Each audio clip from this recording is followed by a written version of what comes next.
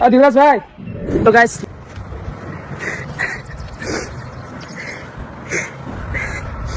আমি বিলে ভাবাতো নহয় সব এনেধৰণৰ ভিডিঅ'ৰ পৰা আপোনালোকে গম পাইছে চাগে মিষ্টাৰ ইণ্ডিয়ান হেকাৰ আৰু তেওঁৰ টিম কেনেধৰণৰ অসমৰ এজন ইউটিউবাৰক অপমান কৰে মিষ্টাৰ ইণ্ডিয়ান হেকাৰে চাওক এইজন ইউটিউবাৰৰ অৱস্থা চাওক মিষ্টাৰ ইণ্ডিয়ান হেকাৰক লক কৰিবলৈ যোৱাৰ পিছত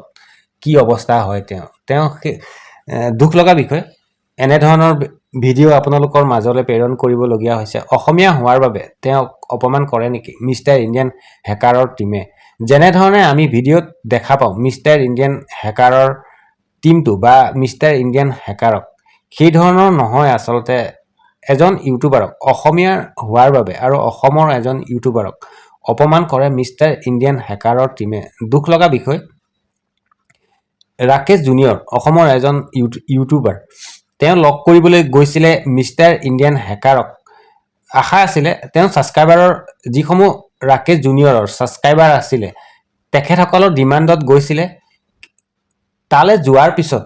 মিষ্টাৰ ইণ্ডিয়ান হেকাৰ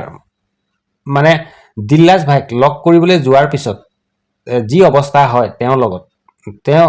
তাৰ পৰা ওলাই অহাত সেই ষ্টুডিঅ'ৰ পৰা ওলাই অহাৰ পিছত কেৱল মাথো কান্দিছে দিল্লাজ ভাই যিসমূহ টিম মেম্বাৰ আছে তেখেতসকল সেই সময়ত ষ্টুডিঅ'তে আছিল ৰাকেশ জুনিয়ৰক অপমান কৰে গালি গালাজ পাৰে আৰু ধাক্কা মাৰি ষ্টুডিঅ'ৰ পৰা উলিয়াই দিয়ে ঠেলি হেঁচি দুখৰ বিষয় এজন ইউটিউবাৰক অসমৰ এজন ইউটিউবাৰক অপমান আৰু প্ৰতাৰণা কৰে দিল্লাজ ভাইৰ টিম মেম্বাৰ সকলে সেই সময়ত দিল্লাজ ভাই ষ্টুডিঅ'ত নাছিলে বুলি গম পোৱা গৈছে কিমান সঁচা কিমান মিছা সেয়া গম নাপাওঁ বা